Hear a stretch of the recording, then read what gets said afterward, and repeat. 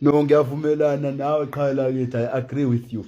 But also we have to consider who was on the other side of the table. It was Donald Trump, and a lunatic fringe, a crazy man, really. How best can you prepare for somebody like that? How can you because he's unpredictable. You can only do as much in preparing to have some sort of a talk with him in a context where you are under pressure. You are under pressure. You are the one who you are talking to him from a position of weakness. This is what Ramaphosa actually had to deal with, and he was ambushed. These are Donald Trump's old tricks of just throwing an ambush just to prove a point, playing one video, coming up with a stack of documents, just to emphasize the point that this white genocide thing is the real thing. For me, I consider all those things, and as far as his team is concerned, a number of people there were actually brought on the request of Donald Trump, such as your Johan Rupert, for example. There is another guy who used to be the rugby captain. I forgot, One else or something like that. Those guys were actually requested by Donald Trump, and Ramaphosa knew, understanding just how petty Donald Trump is, he knew that he would not really take him seriously if he does not bring your likes of John Steenhuisen, for example. And I think, in my view, it actually paid off. Bringing your John Steenhuisen paid off. Bringing your Johan Rupert paid off. The only one I thought was actually a bit of a drawback was that One else individual who did not do anything to dispel the myth of the white genocide.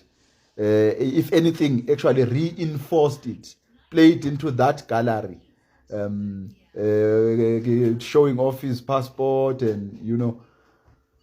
But with all that,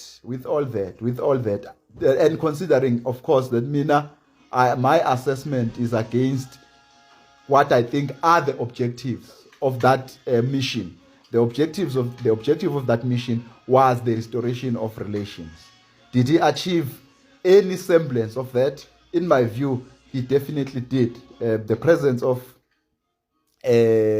what Anthony Rupert, who I think he positioned himself as the intercessor, if you will.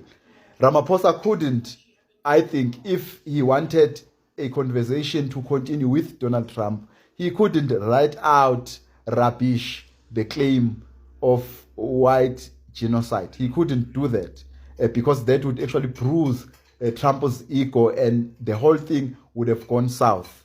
But Anton Rupert was in a better position to actually dispel those myths. And he did precisely that, to his credit. He did precisely that.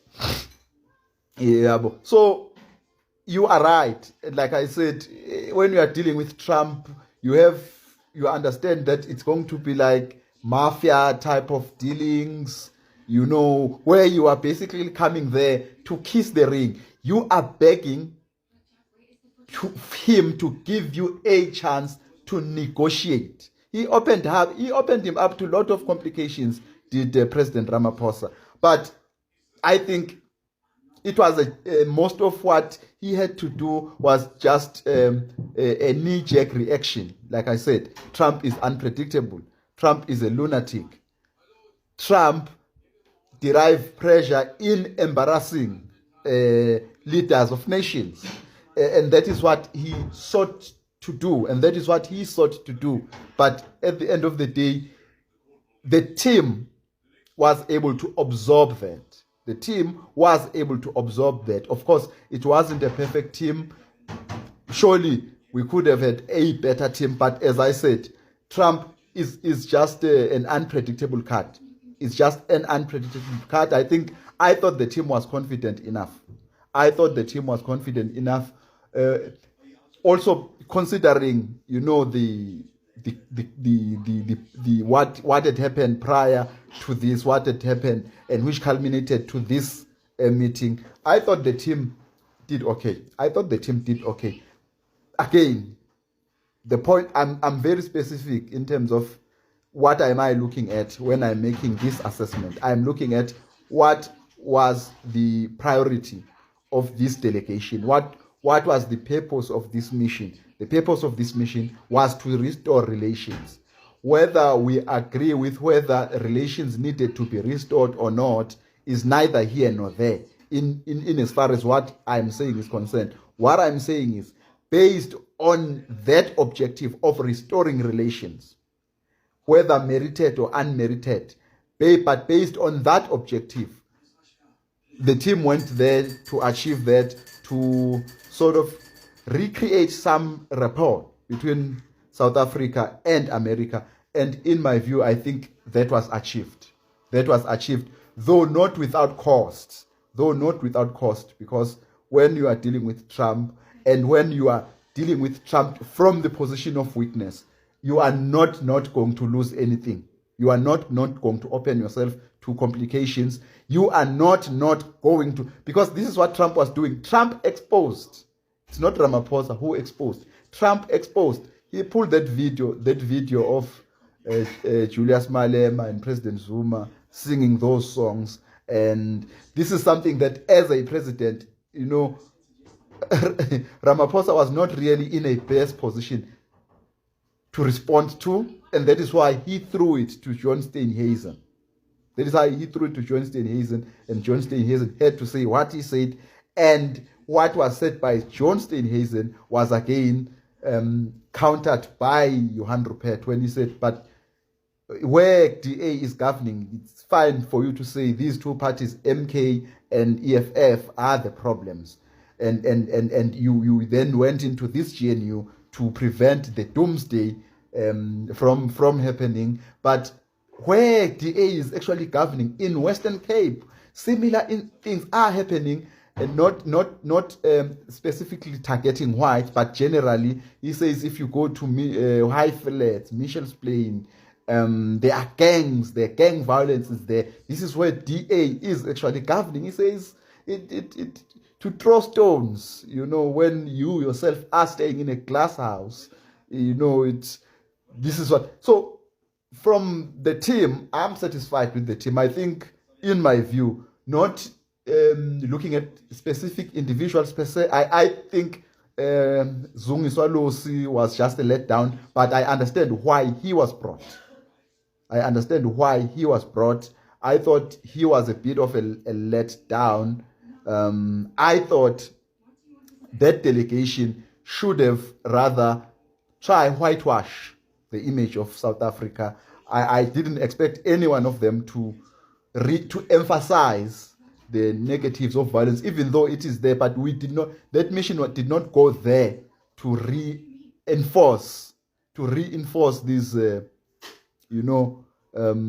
myth. They went there to dispel them. So for you to stand up because remember, we also want to attract investment, direct foreign investment. This is the whole point. And for you to go and say, you know what, we have a lot of crime, blah, blah, blah, blah, blah, blah, blah, blah. And how does that help in achieving the objective of that mission? So yeah, I don't disagree with you, but at the same time, my point is, it was inevitable. It was inevitable when you are dealing with Trump, especially when you are dealing with him from the position of weakness. You are going to expose your country. You are going to expose yourself, trying to prevent him from embarrassing you. And of course, bearing in mind the bigger picture. I mean, Ramaphosa did not go there to play tit for tat with Donald Trump. He did not go there. I know he said, he promised that when he meets him, he will tell him that he's worse. But that is not what he went there to do. He went there to mend the relation, and doing that from the position of weakness. So that is how I see it.